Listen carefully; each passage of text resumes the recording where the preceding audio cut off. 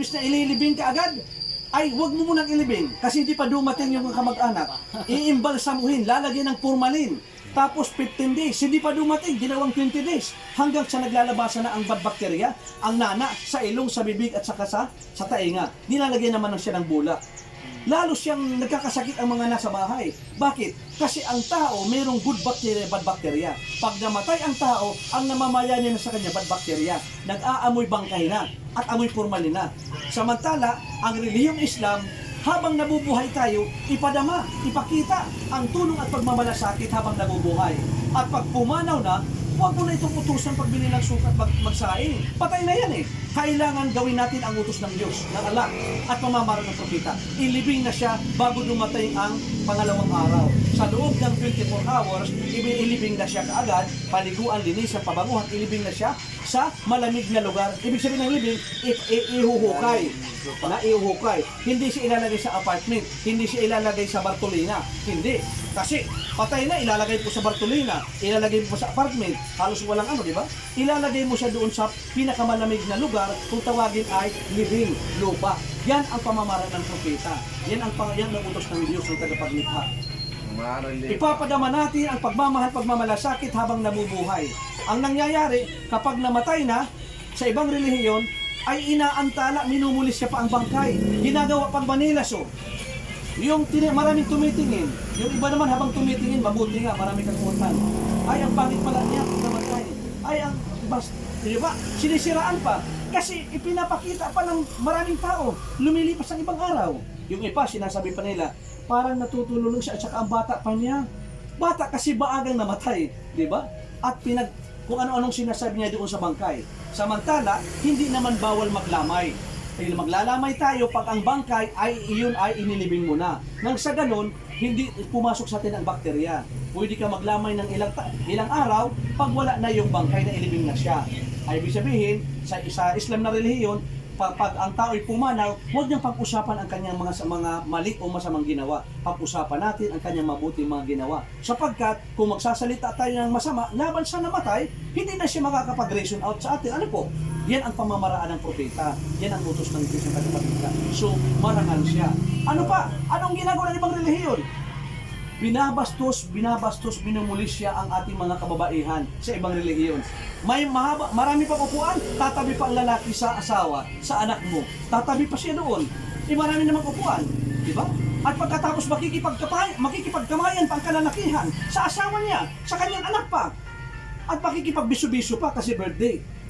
Iyan ay panmumulis siya, pambabastos yan, panghaharas yan. Sapagkat sa Islam na relihiyon, ipinagbabawal ang makipagkamayan, makipaghalikan sa hindi mo asawa para maiwasan ang pangangalon niya. Tama ba o tama?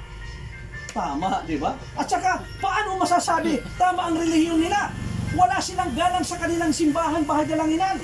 Mula sa kanilang bahay ay nakatsinila sapatos, nakaapak ng tae, plima o maruming ihi, nakaapak kanilang sinila sapatos, didiretso sa bahay dalanginan sa simbahan. Kaya hindi sila nagpapatira pa. Kasi ididiretso mo yung sinila sapatos. Samantala, sa relihiyon ng Diyos ng Allah, sa Islam, ang bahay dalanginan kung tawagin ang masjid, ay tinatanggal ang kanilang mga sapatos at sinilas. Tunay nilang iginagalang ang bahay dalanginan. Kaya naman sila ay nakakapagpatira pa sila. Tira pa, ibig sabihin, isinusuko nila ang kanilang buhay sa tunay at ang isang tagapaglikha, ang Allah subhanahu wa ta'ala. Saan ka pa? Di doon ka na sa relihiyon ng mga propeta? Doon ka na sa relihiyon ni Jesus? Birhen Maria, lahat ng propeta? Kasi walang mga propeta na gumawa ng ibang relihiyon. Sapagkat alam nila na kapag gumawa ka ng ibang relihiyon, ikaw ay lumabag. Kasi ang ibang relihiyon, sinasamba ang rebulto, sinasamba ang mga propeta, tinatawag nilang Ama ang Diyos.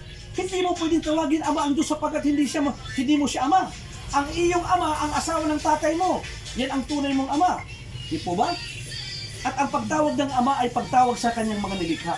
Halimbawa, baboy. Sino ang ama ng baboy na ito? Yung kubas na sa kanya.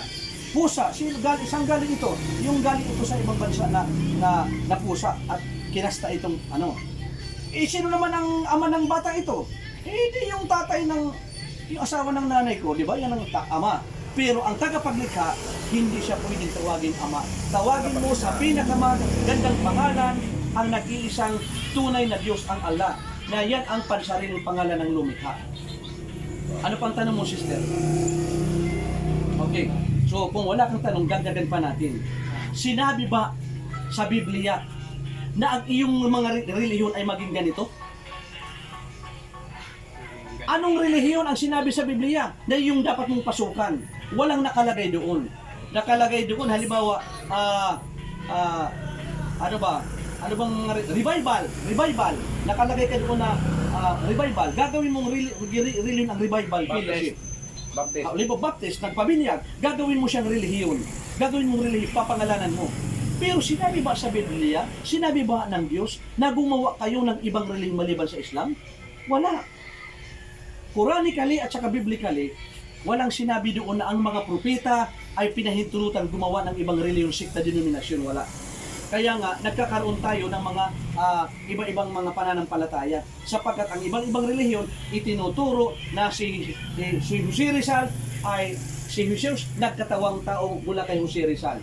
Mayroong ibang relihiyon, ang Diyos ay nagkatawang tao. Hindi pwedeng maging tao ang Diyos. At hindi rin ang tao pwedeng maging Diyos. Sapagkat ang Diyos ang siyang lumikha ng kalangitan kalupaan. At ang tao naman ay kanyang nilikha ng Diyos na humihingi ng tulong at kalinga, namamatay, nagugutom, nauuhaw. At siya ay nagkakasakit. Samantala ang Diyos ay siya ang hindi napapagod, hindi inaantok, nangangalaga sa kanyang mga nilikha. Tama ba o tama?